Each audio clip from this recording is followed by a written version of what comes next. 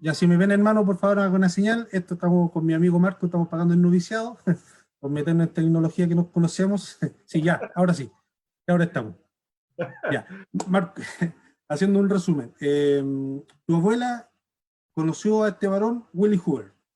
Mi tatarabuela, claro.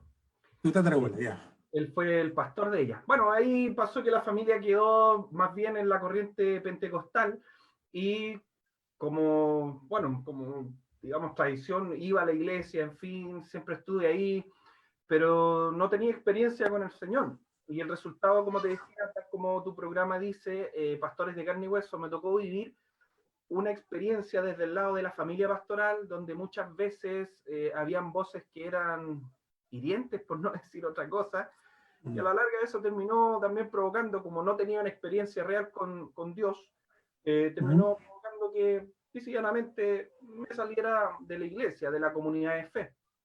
El resultado de esto fue que hice, ¿no? Tuve una vida bastante ansiosa, pero también ahí, Tuviste, tuviste un buen viaje por Cairo, Egipto y los alrededores. claro, justamente. Entonces, eso también permitió de que llegara a tener una experiencia, digamos, personal con el Señor, y eso provocó efectivamente de que hoy día mi fe esté anquilosada en Cristo Jesús, porque Amén. no hay ninguna otra cosa que pueda llegar a moverme. Es más, cuando estaba en la universidad, en vez de extraviarme, por así decirlo, eso provocó lo que te decía, pues, ¿Qué el, estudiaste en la universidad? ¿Cuál es tu profesión? A ver, hasta la fecha poseo un bachillerato en humanidades, una licenciatura en historia y un doctorado en historia. Ya. Ah, ya. ¿Te gusta el pasado? Ya. Somos, Claro, entonces ahí fue cuando tú te pudiste formar en una familia cristiana pentecostal eh, donde se veía mucho cosas internas de la iglesia. Escuchaste a otras voces que no te agradó mucho y tú tuviste que salir un poco de la iglesia y fuiste a vagar un poco por el desierto. claro. Pero ¿cuánto tiempo pasó? O mejor, ¿para qué contar lo que pasó en ese tiempo? Pero ¿cómo fue tu regreso? ¿Cómo fue tu retorno a casa? Bueno, el retorno a la casa fue más o menos cuando tenía unos 22, 23 años, eh, más o menos, más o menos. Y Ya, ahí ya, como te digo, me puse de lleno a servir a Dios. No quiere decir con esto que antes no sirvieran, entre comillas, en la obra. O sea, si había qué sé yo, salir a misionar alguna parte, ahí estábamos. Si había que aportar económicamente, también lo hacíamos. Pero era porque había que hacerlo nada más. Después cambió, después lo hacía por una conciencia real de lo que implica ser parte de una comunidad de fe, y no tan solo eso, sino lo que implica ser un hijo de Dios, un cristiano, un evangélico, un protestante. claro, claro. Perdón que aquí el programa me trajeron café, así que gracias, amada mía. Bueno, mira, vamos a saludar a nuestros hermanos que nos están viendo y gracias por su sintonía, esta aventura mía. Gracias por estar ahí. La hermana Daniela Parga, mano Alejandro, mano Raúl Ríos, mano Christopher, Carlos Valladares, nos manda saludos, te manda saludos Marco, hermano Abraham Pardo, Andrés Antonio Leiva, Pastor Fernando Troncoso de Cartagena, y el pastor Carlos Valladares, o sea, el hermano Carlos Valladares dice, se avisará una sección de preguntas. Así que te van a hacer alguna pregunta, desde ya pueden ir mandando, escribiendo sus preguntas, mis hermanos, para nuestro pastor Marcos.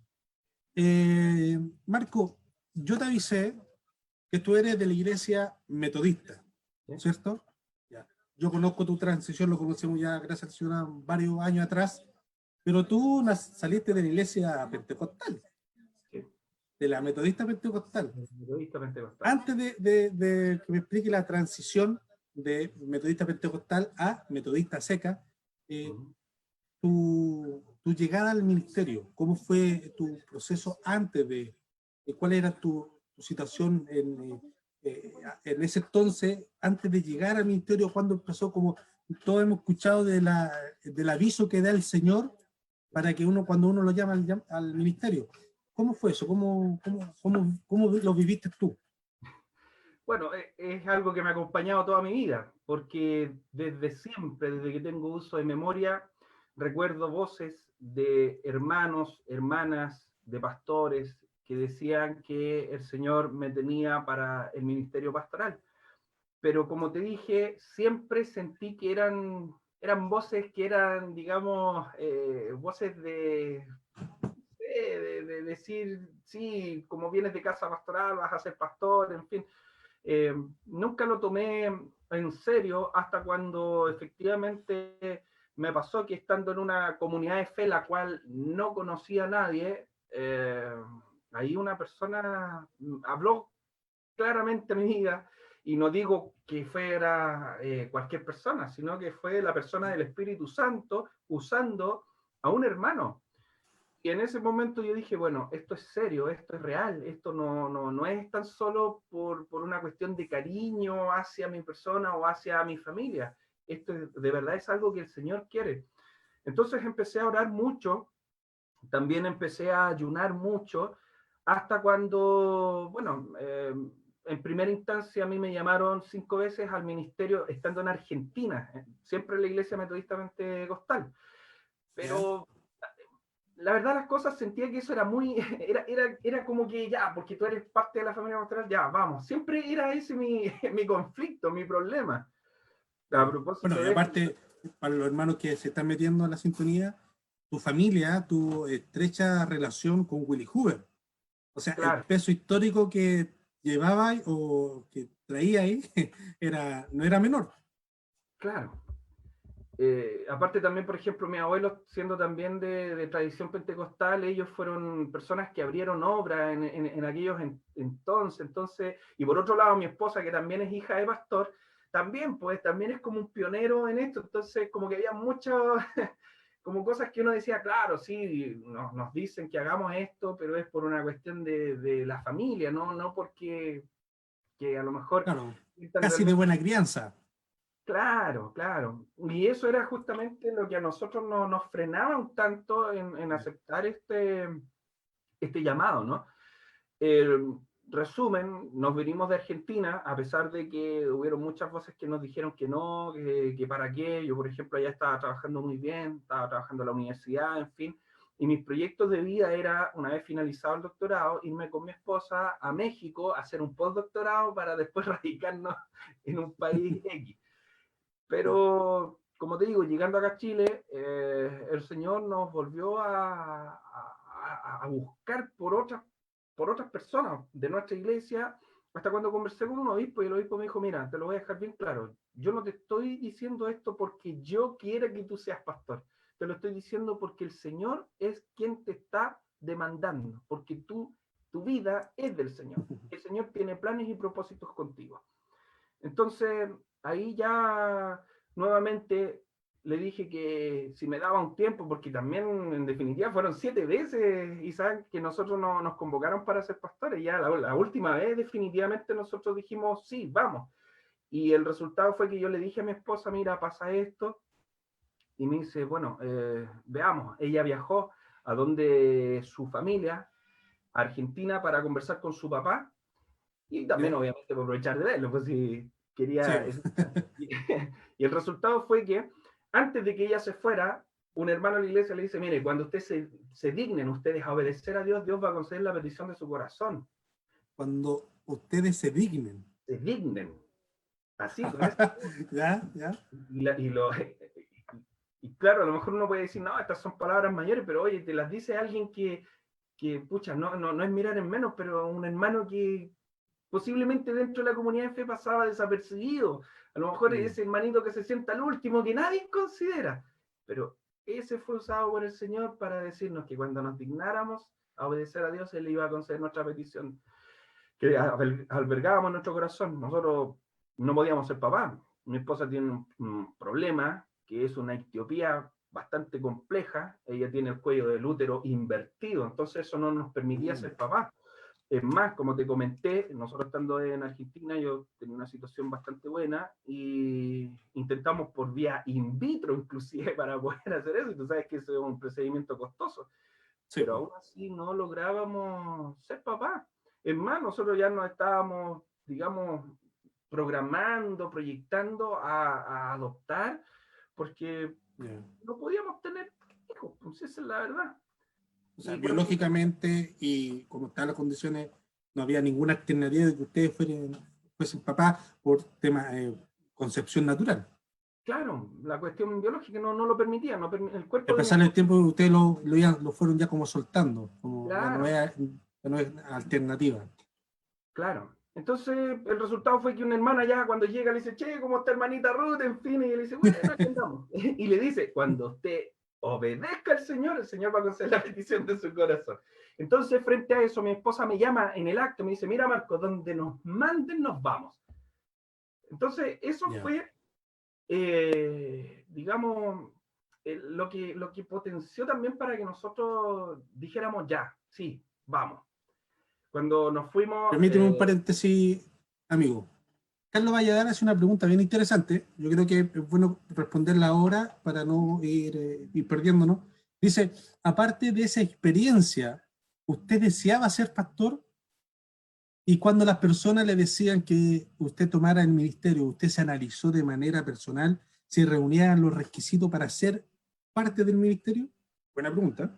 mira, cuando aconteció eso, efectivamente, en mí siempre estaba ese Ya, conflicto de aceptar esto, porque eso implicaba también que tenía que renunciar a todo, tenía que renunciar a todos sí. los proyectos. Y como te comentaba, como les comentaba hace un rato atrás, efectivamente yo ya estaba viviendo plenamente lo que es la vida como cristiano, como creyente en el Señor.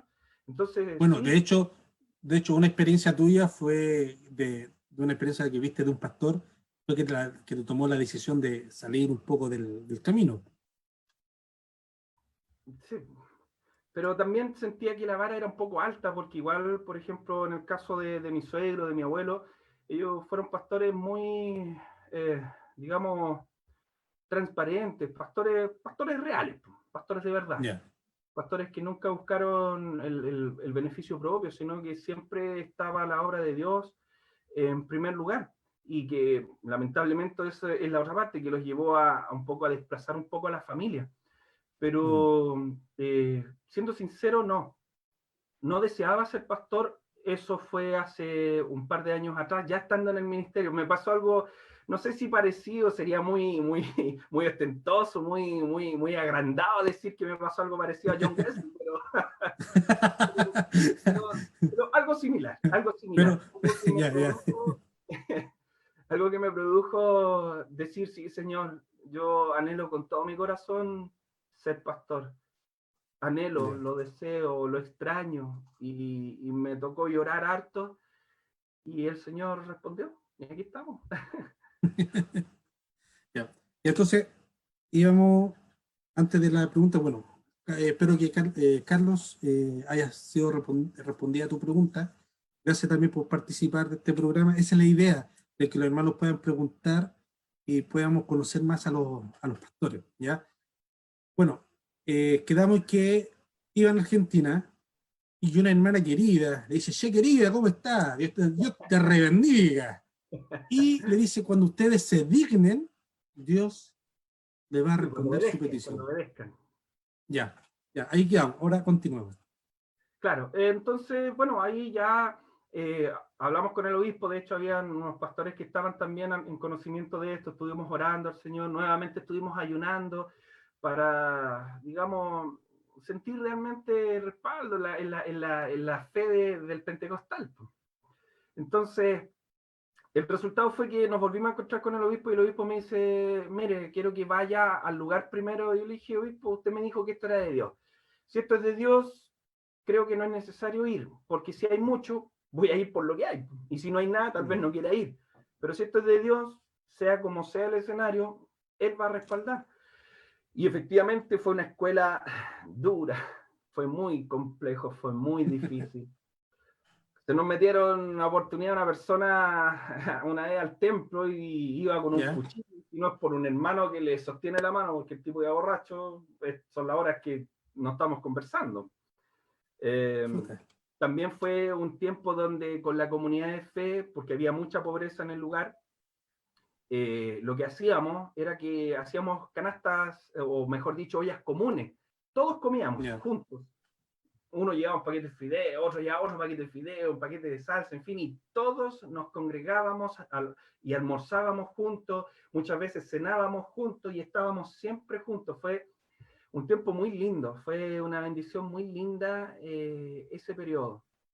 Y le doy gracias al Señor porque también fue una escuela muy linda, a pesar de, porque uno puede estudiar teología, pero en definitiva el pastor se forma al frente de la congregación es la que te forma en cierta medida.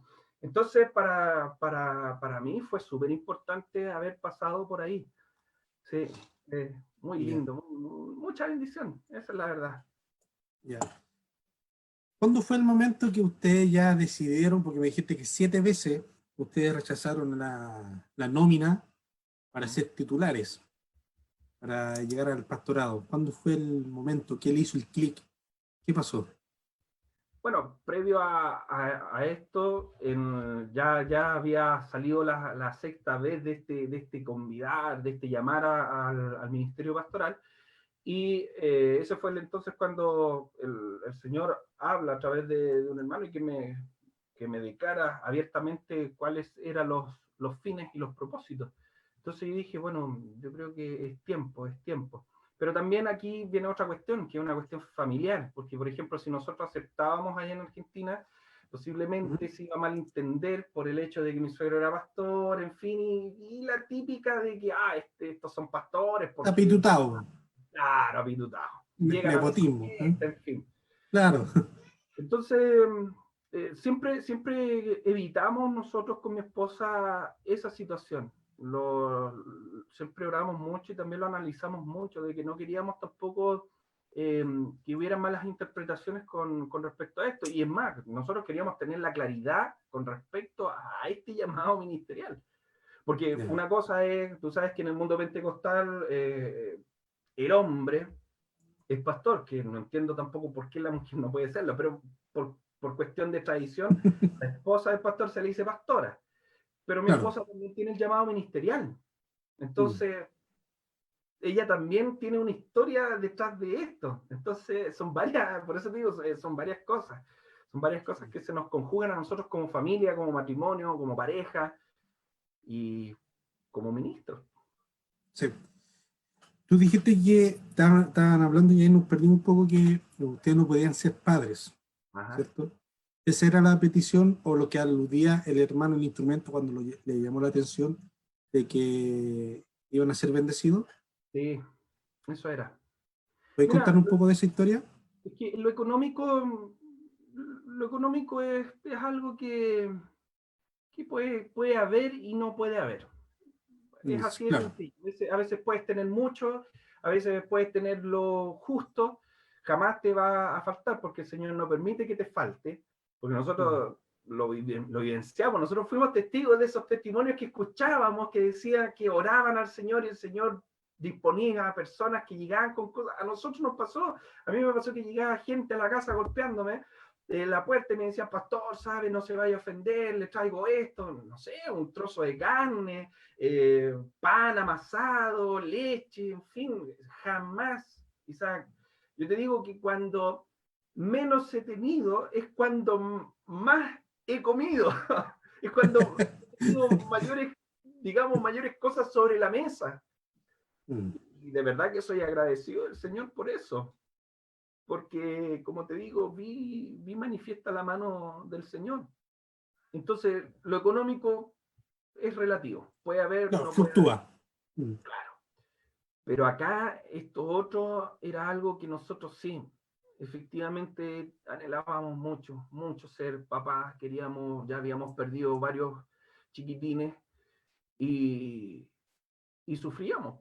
Sufría nuestro corazón, sufrían nuestros pensamientos. inclusive hasta nuestra relación como pareja se vio afectada por causa de esta misma situación.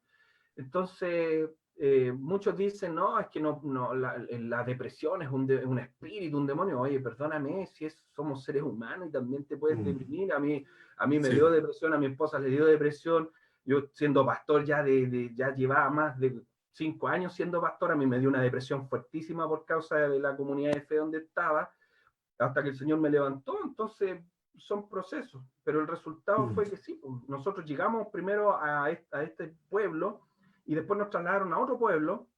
¿Ya? Estando allá fue cuando el Señor nos contestó. Bueno, Esto es en Argentina. no, acá en Chile. Chile. Acá en Chile, sí. Ya. Sí, acá en Chile. Y estando, como te digo, ya llevamos, en el ministerio llevamos, ¿cuánto? 2 años, nos cambian a otro lugar, a otro pueblo. Y, bueno, primero, al lugar donde llegamos, no había nada. Yo era el cuarto pastor que llegaba, y los colegas que estuvieron antes se esforzaron mucho, pero lamentablemente no hubo fruto. Entonces nosotros le pedimos mucho al Señor y bueno, el Señor respaldó ese trabajo. No quiere decir que los colegas no estuvieran capacitados, no es eso, pero bueno, tú sabes que Los tiempos son los tiempos de Dios. Dios en sí es un misterio. Y parte de ese misterio fue que en el tiempo que llegamos, por misericordia, hubo un crecimiento numérico, un crecimiento en espiritualidad, en fin. Y después cuando llegamos a la otra ciudad, o al otro, al otro pueblo, llegamos a ese pueblo, la iglesia llevaba, ¿cuánto? Más de 50 años. Yo era, a ver, 1, 2, 3, el cuarto pastor también, que llegaba al lugar, pero el primer pastor en aceptarme, ¿sí? Nosotros, por ejemplo, con recursos personales, construimos la casa pastoral, construimos varias cosas. En el otro pueblo también construimos con recursos personales la capilla, la iglesia o el templo. Y eso a nosotros nos desgastó económicamente, por cierto. Sí. Pero, como te digo, ahí el Señor, ya estando en este segundo pueblo, ahí el Señor nos contesta de que estábamos esperando un bebé. Es más, ni siquiera lo sabíamos. Mi esposa tenía 3 meses de embarazo y no teníamos idea. No teníamos idea. Si no es por un pequeño, que es hijo también de un amigo que es pastor, que tú lo conoces, que es Héctor. Le dice a mi esposa, cuando nazca la guagua que tienes en la guata, yo voy a jugar con él. Y mi esposa le dice, sí, cosas de niño. Claro. Realmente está embarazada mi esposa. Bueno, esa fue otra prueba difícil, porque mi hijo nació prematuro extremo, nació de 27 semanas, lo tuve más de 3 meses hospitalizado, y también fue complejo ese pero hoy día mi hijo está grandote de 5 años, sí. anda por todos lados. Para la gloria de Dios. Carlos Valladares nos dice, ¿cuánto tiempo llevas pastoreando? Llevo pastoreando desde el 2012. 8 años. 8 años.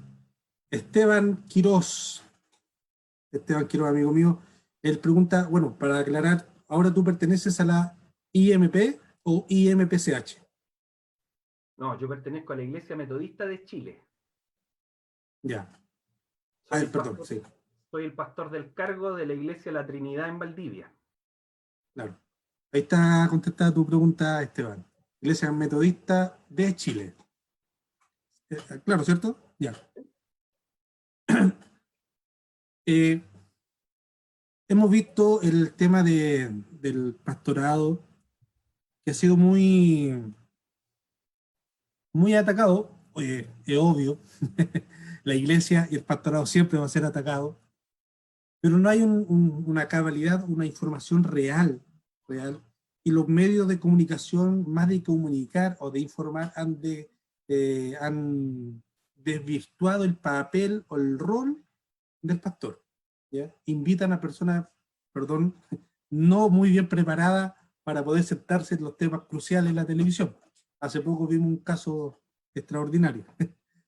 ¿Qué opinión tú puedes dar a los hermanos que nos están viendo? Actualmente nos están viendo 15 personas, han ido fluctuando, pero ahora hay 15 hermanos viéndonos.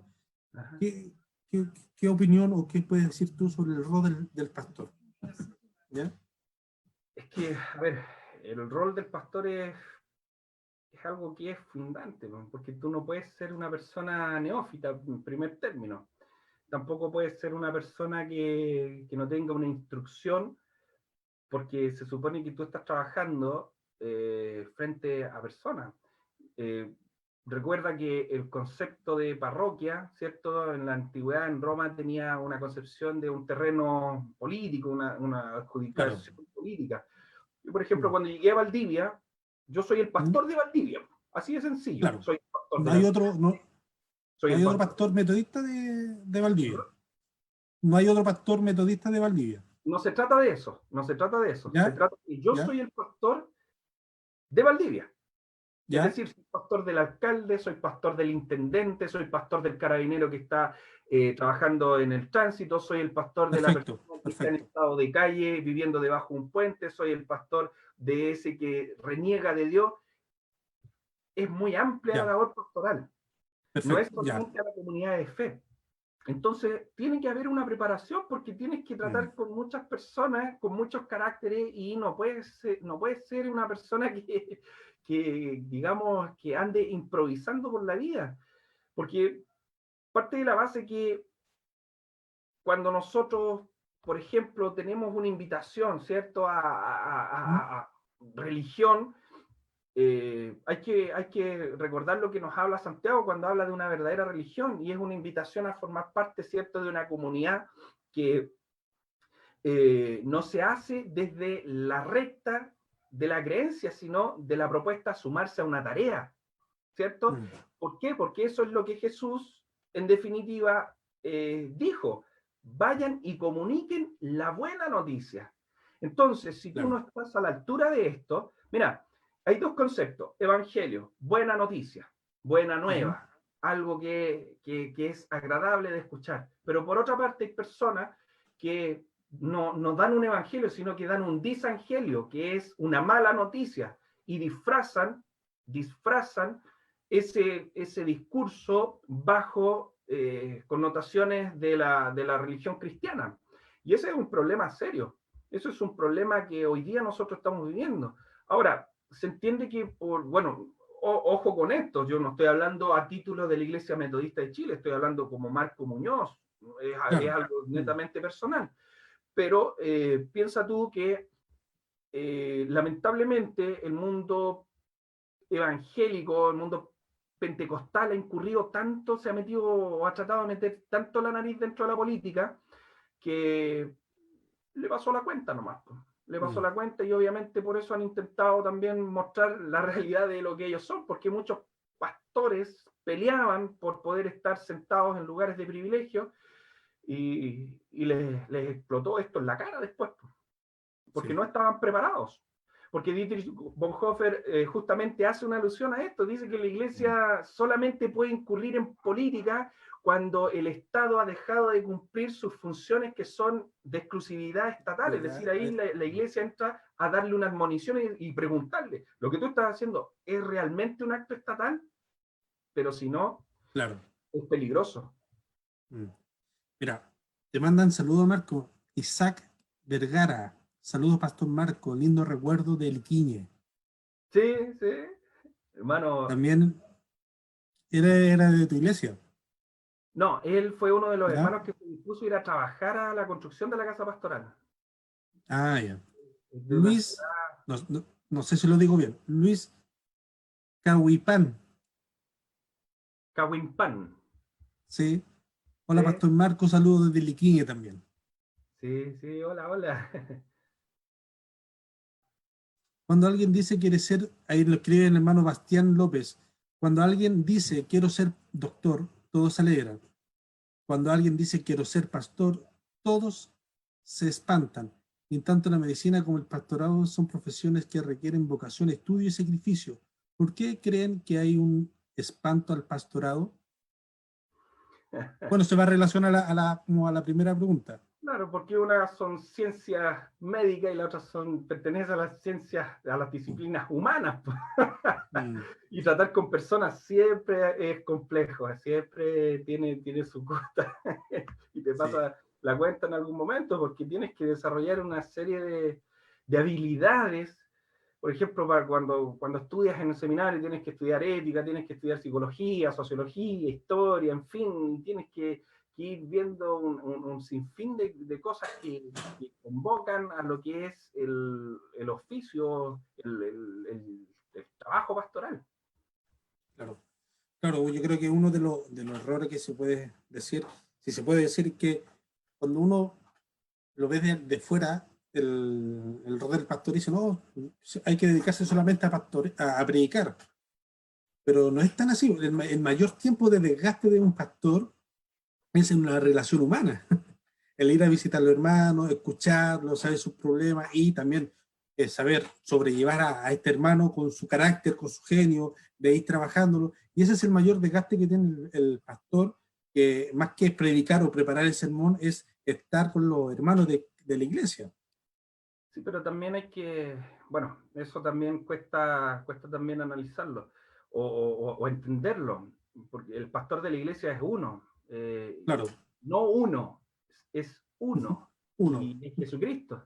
Nosotros Mm, somos meros ayudantes del Señor. Cuando entendemos eso, efectivamente la labor pastoral se torna más fácil, se torna, y no digamos fácil para estar holgado, qué sé yo, reclinado con los brazos atrás. No me refiero a eso. Me refiero a que se torna fácil el sentido de que tú no andas cargando con eso mismo que has mencionado, es decir, con los problemas y preocupaciones de los hermanos, porque es el claro. Señor.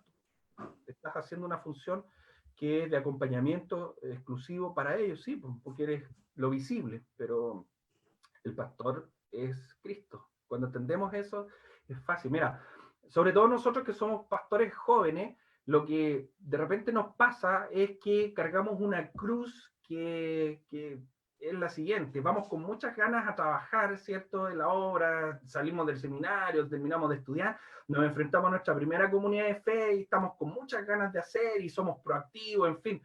Pero cuando empezamos a hacer eso, tenemos una senda, un camino, y de repente cuando nos vamos en esa lista nos empezamos como a desviar un poquitito y nos alejamos de lo que Cristo está demandando, pidiendo. Y llega un momento en que si te alejas mucho, después es difícil retornar. Entonces, la pregunta después viene, chuta, ¿será mi sermón el que produce que no lleguen más hermanos y te empiezas a meter en la cuestión numérica y en un sinfín de cosas? Claro. Al final eso genera un desgaste y esa es una cruz que todos los pastores que somos relativamente jóvenes, nuevos, en fin, nos pasa, nos Mm, acontece. Entonces, es necesario poder entender de que es el Señor, nada claro. más, nada menos que el Señor. Cuando nosotros aprendemos que la teología de la pastoral está en las Mm, actitudes también y en la organización antes que las palabras, la cosa cambia. Ahí viene otra mirada, otra perspectiva de lo que no es lo tradicional. mm. Claro. Mira, yo por mucho tiempo en mi juventud participé del cuerpo de jóvenes, donde ya usted sabe, de JBH. Ahí también participé en relaciones públicas, hay que decirlo, hay que decirlo. sin, sin miedo a nada, sin miedo a nada. Eh, Participé en otra área, pero cada vez cuando había conferencias, y aquí nos vamos a poner un poco melancólico, cada vez que Bueno, venían conferencias y venían los pastores, uno siempre esperaba esa oportunidad del pastor, de la experiencia, ¿ya? Que son, al escucharla, son hermosas, pero para vivirla casi son espantosas, porque se cuenta lo bonito, se cuenta cómo se vivió, el inicio, el desarrollo y luego la conclusión en un par de minutos. Pero vivirla, esos testimonios pueden durar 5 años, 7 años, y vivirla día a día es complicado. Tú me dijiste que pasaste por varias iglesias, ¿cierto? sí. Una que otra tiene mayor arraigo en ti por tema de espiritual o de testimonio.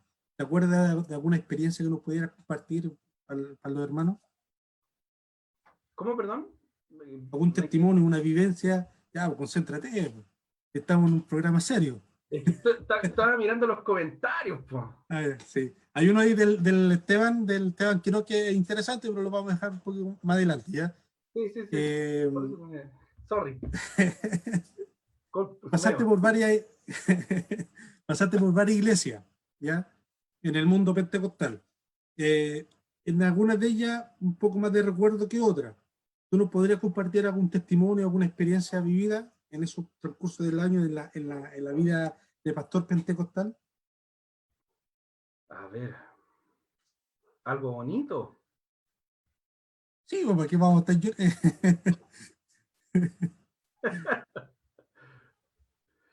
Es que el hecho de ver que una persona que no quería saber de Dios llegar a la comunidad de fe, qué más lindo que eso, po, Isaac.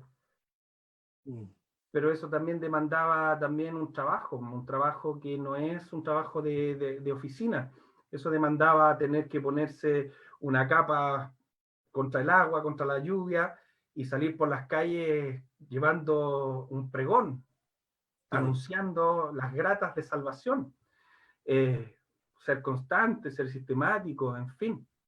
Entonces, eso tiene que ver. Para mí no podría decirte otra cosa. Para mí la alegría era cuando una persona resolvía el tomar una decisión puntual con respecto a qué hacer con Jesús. Esa misma pregunta que se hizo Poncio Pilato. ¿Qué haré pues con Jesús? Bueno, esa misma pregunta que se viene resonando con eco durante la historia, que la persona llegue a eso. ¿Qué pues haré con Jesús?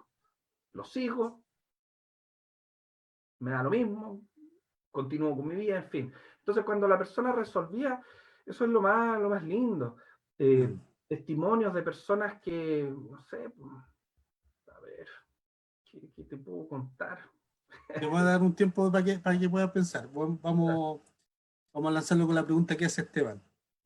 Dice, ¿qué responsabilidad cree que tiene la generalidad de los pastores, de esfuerzo, de seminario, de calle, con iglesias transparentes en la imagen pública de los pastores que no cumplen estos elementos? Se puso Espérate, medio pesado el Esteban. ¿y cree usted que la IMP necesita del IMES y que necesita la IMES de la IMP? Ah, bueno, Ah, pero tú leíste la otra pregunta. Está un sí. poco más arriba, la que yo leí está un poco más arriba. A ver, ¿qué responsabilidad cree que tienen la generalidad de los pastores? De esfuerzo, de seminario de la calle, con iglesias transparentes y imagen pública. Es que lo que pasa, a ver, yo tengo una concepción súper clara, Ya. o mejor, pucha, a lo mejor va a ser categórica más que clara. El que no es transparente No sirve. no sirve. El que se mete plata que no es suya al bolsillo, eso tiene un nombre, eso es ser un delincuente, Claro. eso no es ser pastor. Entonces, lamentablemente esas figurillas son las que sobreabundan en el escenario público chileno, hablemos de los chilenos.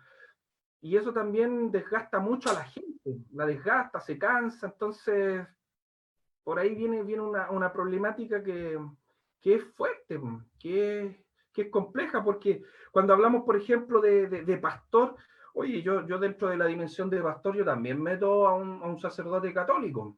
Él también cumple una función pastoral, también es pastor de una comunidad de fe. Entonces, así como acá, como en el lado evangélico, protestante, en fin, cristiano, qué sé yo, bueno, en todos lados hay situaciones que son de esa complejidad. Ahora, yo creo que los filtros deberían ser más gruesos nomás, más Claro. gruesos. Tener más cuidado con la persona que está dentro de esto, de lo que es el ministerio, porque en definitiva el daño no se produce tan solo para una institución, sino que el daño se produce para la comunidad de fe. Y Claro. eso es lo fuerte, lo serio. Eh, Ahora, en cuanto a lo que dice que la generalidad de pastores de esfuerzo, de seminario, en fin, de calle, con iglesias transparentes, en la imagen pública de los pastores que no cumplen con esos elementos, creo que la respuesta es eso, el asunto de que predominan los que no tienen esos elementos. Son los más, Ahora, los que más salen a la ahora hay un concepto que dice que los que salen como tienen una formación, eh, puede ser un poco mejor que lo que ahora se ve, que actualmente prácticamente por la ley de culto, cualquiera se puede poner la mano en la cabeza, se unge como pastor.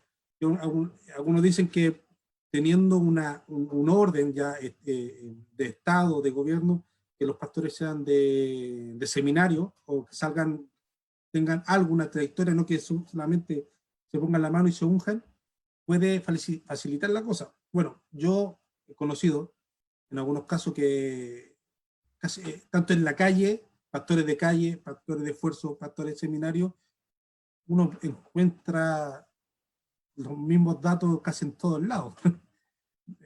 Obviamente, tener un poco más de filtro ayuda a limpiar un poco la carga que ahora se ve sobre los pastores, la mala imagen. Ahora pasando a la otra pregunta que dice Esteban, ¿qué cree usted que de la IMP necesita de la IMCH, Metodista de Chile, y qué necesita la Metodista de Chile de la IMP como iglesia parientes? Chuta. Me está poniendo en apuro este hermanito. El Esteban también era Sí, IMP era pentecostal y también ahora y ahora es miembro acá sí, de la Iglesia Metodista. sí, Abogado, él es una persona bastante brillante, así es que me sí. alegra que esté presente. Bueno, la verdad las cosas, bueno, no, nunca vamos a encontrar una iglesia perfecta. Eso es algo que es así. Lo que yo sí me he dado cuenta, acá por lo menos en la Iglesia Metodista de Chile, es que falta un poquitito más de qué es lo que a lo mejor tienen los hermanos pentecostales. Pues. El hermano pentecostal descansa trabajando en la obra de Dios. Pues. Claro. Eso, mira, El una...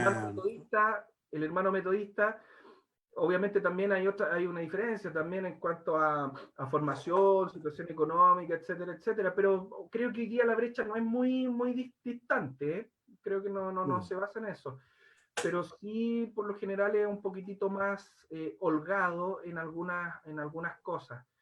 Eh, Creo que los elementos que le hace falta a la iglesia metodista, bueno, esto tiene que ver, yo creo, principalmente con una mala interpretación de lo que es la tradición wesleyana, sobre todo con lo que ¿Ya? tiene que ver con el discipulado.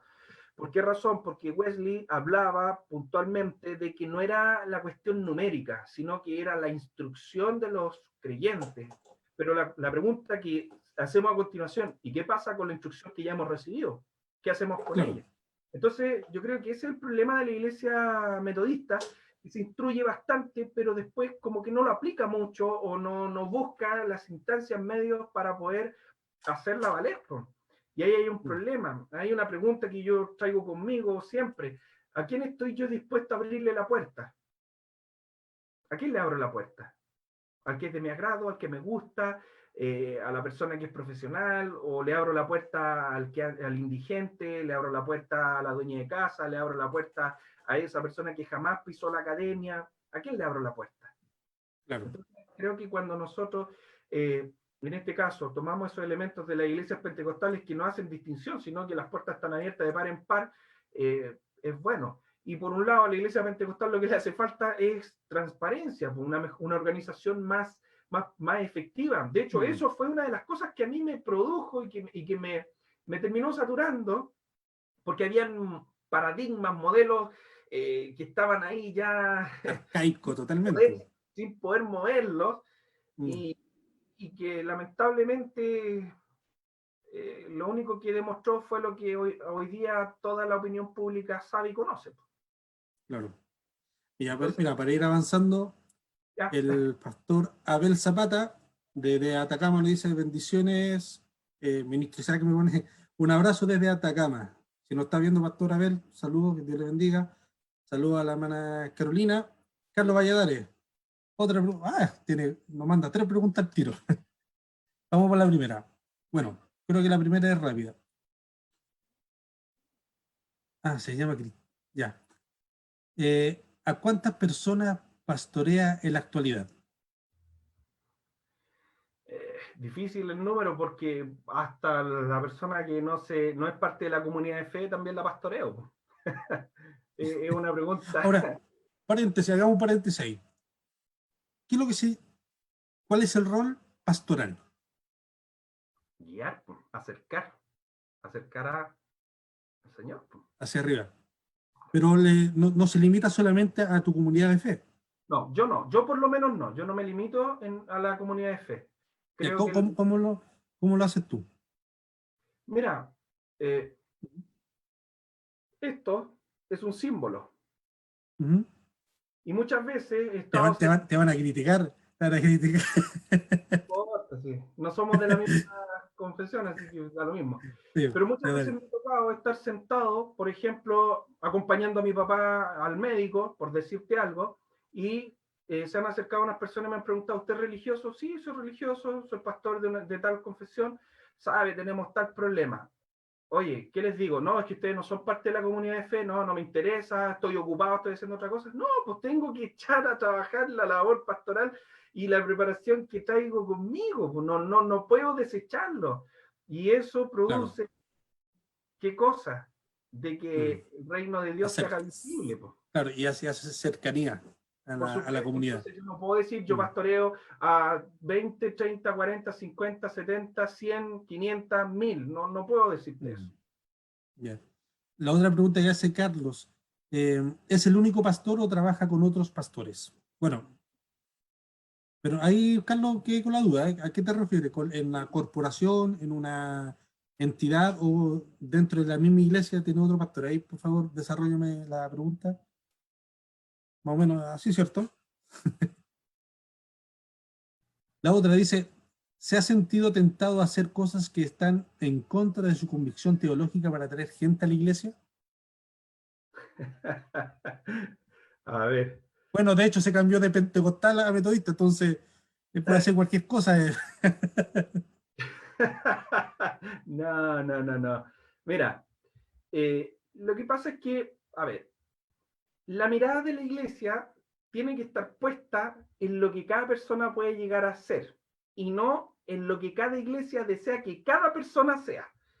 Me explico. Existen potencialidades en cada persona que justamente esperan ver la luz en algún momento. Y claro. Todos los esfuerzos, ¿cierto?, de la iglesia deben estar puestos para dejar que esa luz salga, ¿cierto? Para hacer mejores cosas y de cada uno. Por mucho tiempo, a lo mejor las iglesias han pensado en evangelizar, o que evangelizar es amoldar a las personas dentro de un molde lo mejor posible. Pero, ¿qué tipo de molde sería? Un molde piadoso, ¿cierto? Un molde que es bien intencionado, pero que a la larga no deja de ser un molde. Es decir, claro. Es un límite a la imagen y a la semejanza de las personas hacia su creador. Y Dios quiere para nosotros otra cosa. Él pretende que la iglesia acompañe, ¿cierto? O mejor dicho, que la iglesia le acompañe en sus pretensiones. La pregunta es, ¿nos animamos a esperar lo novedoso que cada uno puede albergar en potencia, procurando, ¿cierto?, que emerja esto libremente, o preferimos moldear a las personas de acuerdo a nuestra imagen y semejanza? Y cuando hablo así, lo hablo a nivel de institución. Entonces, en este sentido, por ejemplo, lo que yo he estado buscando, haciendo, desarrollando en este tiempo es una pastoral, ¿cierto?, que es una pastoral para la mujer y también para el hombre, como centro, ¿cierto?, de lo que es o lo que se tiene que respetar, ¿cierto?, que también se tiene que incentivar, que se tiene que canalizar la personalidad y también esas inmensas posibilidades ocultas que cada cual posee. Y esto claro. Es lo que efectivamente también va cambiando vida, es una buena noticia, y así entendemos, digámoslo así, nuestro modo de evangelizar. Claro. Eso es como lo que te podría decir. Ahora, perfecto. Por tradición la iglesia metodista trabaja con esto que son las avanzadas, las extensiones, las bandas, ¿cierto? Trabaja con lo que es el núcleo de la oficialidad en las casas, en fin, con el pregón en la calle. O sea, hay distintas formas. Claro. Ya, Carlos Valladares nos dice que respecto a la pregunta que dice, ¿a cuántas personas? No, es la otra. ¿Es el único pastor o trabaja con otros pastores? Se refiere a la iglesia local. Ah, no.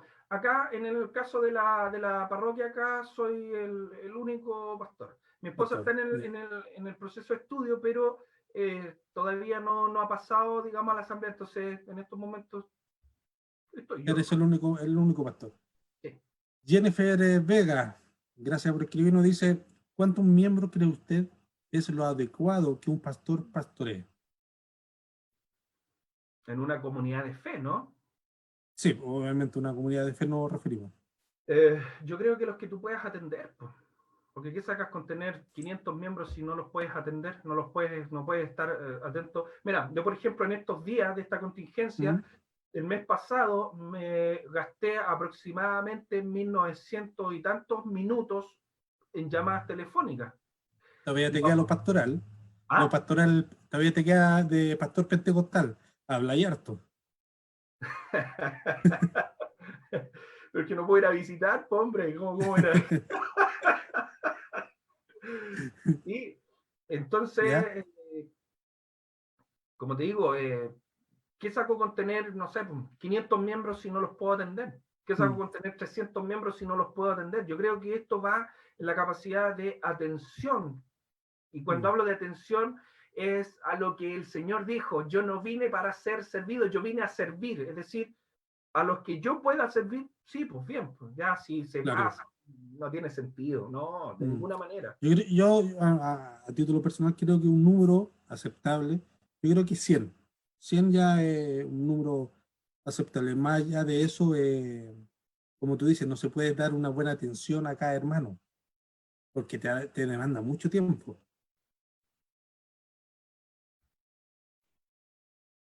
¿Me escucháis? Sí, sí, sí, sí, sí, Ah, que te quedaste medio pegado. me quedé Bueno, pegado. Carlos Valladares dice, bueno, la primera pregunta era entendiendo a las personas formal, que forman la iglesia local, no dónde se puede hacer el trabajo pastoral. Ah, sí, Por sí, eso sí. preguntaba del número de personas, porque sucede que alguien puede desesperar, se puede desesperar cuando se crece el número. Mira, en el caso nuestro, cuando yo recibí el cargo pastoral de esta comunidad de fe, el número estaba rondando entre los 40, 45. La última Santa Cena que nosotros celebramos presencial, ¿Mm? cenaron 74 personas. Entonces el número creció. Se disparó, Y claro. creo que vamos a seguir en ese paradigma. ¿Por qué razón? Porque estamos, bueno, ejerciendo un trabajo pastoral. Claro. Y cuando hablo de Ya. pastoral, no es del pastor, pastoral, la pastoral hacia, digamos, hacia, Mm. hacia todo. Esa pastoral que tiene que ver con, no con tan solo lo tradicional, sino que es una pastoral que es ecuménica, al servicio de la mujer, del hombre que transita por las calles, por el centro de la ciudad, en fin, es una pastoral urbana que busca integrar distintas actividades, interlocutores, objetivos, no sé si se entienden, ¿sí? Un variopinto de actividades y de temas. Claro, como dije, lograr el desarrollo pleno de todas las personas en las distintas aristas de su vida, pues, de acuerdo al proyecto de Dios, claro está, ¿cierto? Y que no sea tan solo expresado en las palabras, he venido para que tengan vida y la tengan en abundancia, sino En que es abundancia. una pastoral que está más en las actitudes que en las palabras que se digan. Ya. Ya mira, Marco, estamos ya llegando al término para ser puntuales. ¿Cómo tú has enfrentado esta crisis, este tiempo que hemos visto mermado el ejercer la función de iglesia? No de que no somos iglesia. Entendemos que nosotros somos la iglesia, pero no estamos haciendo las funciones de iglesia como de congregarnos, como de participación de la Santa Cena en comunidad, conjunto, presencial, face to face, como dice. lo podemos hacer vía online, pero no es lo mismo estar ahí reunidos, todos participando de la comunión, de la iglesia, los cánticos. En estos minutos, breve, por favor, breve,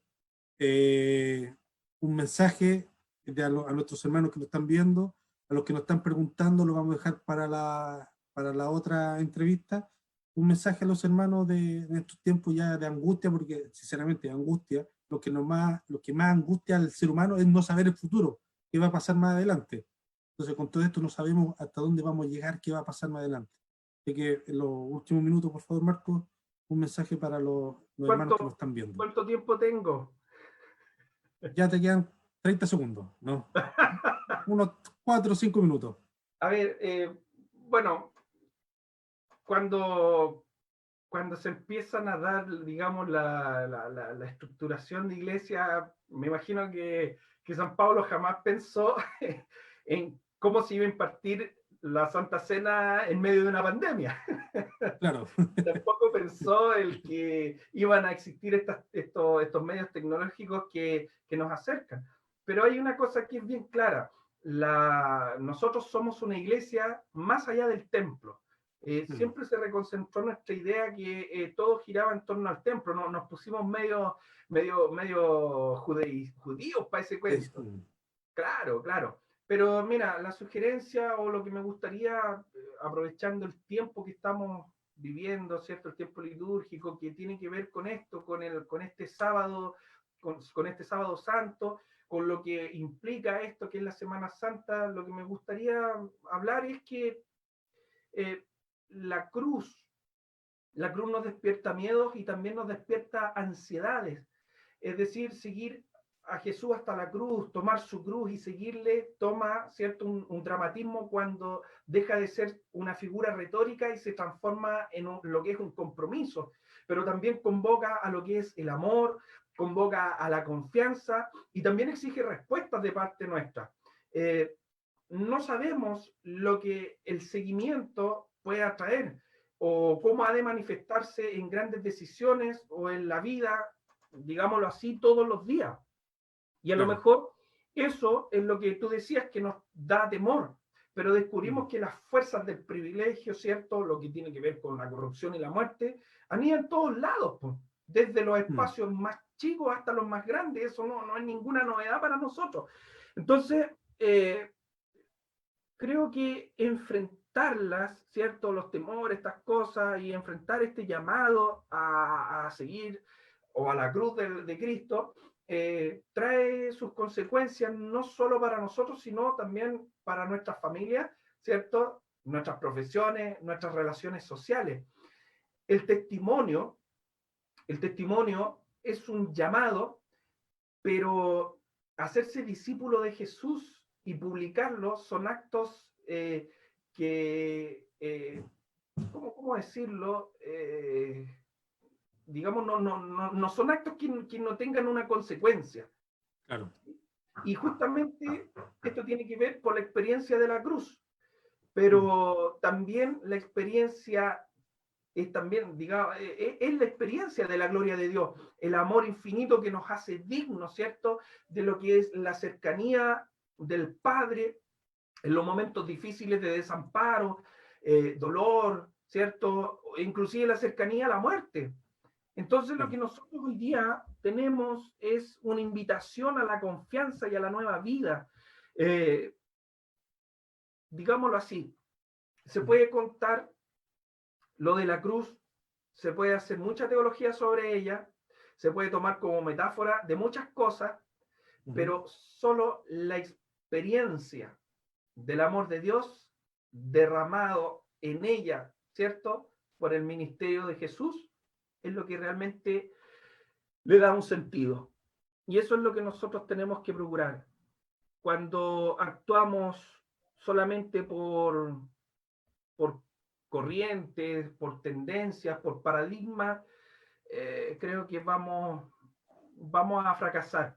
Pero cuando entendemos realmente lo que es esto, lo que es el significado de la cruz, lo que Cristo hizo por nosotros y la invitación que nos hace al diario, podemos estar tranquilos, podemos estar confiados que aunque haya peste, mortandad, como hoy día a lo mejor se ve, estas no van a tocar nuestra morada, no nos van a tocar a nosotros. Pero tenemos que obviamente ser responsables, ¿no? No andar Amén, saliendo, así es. no andar saliendo. Amén. Ya, Marco, hemos llegado. Muchas gracias por tu tiempo, amigo mío. Saludo a tu esposa, a Ruth. Que el Dios los bendiga y los guarde. Gracias a nuestros hermanos que nos han seguido esta transmisión en esta primera programa experimental. Los esperamos el próximo martes a las 8 con otro invitado, un amigo de nosotros, Héctor Muñoz, pastor de Cunco. Yo quería invitar ¿Ah? al pastor Soto. Estuve tentado, pero no sé por qué tuve relación que no. Pero el pastor Héctor Muñoz de Cunco vamos el próximo martes a entrevistar, a conversar un poco sobre la labor pastoral. Gracias, Marco, por tu tiempo. Que Dios te bendiga mucho. Mis hermanos, muchas gracias por estar en línea, seguir esta conversación. Muchas gracias, que Dios les bendiga. Oye, y ¿Unas no palabras hablamos. finales? ¿Ah? Yo digo que Ya, no oremos. hablamos ninguna cosa, nos quedamos así Ya. nomás. No, dale, ora.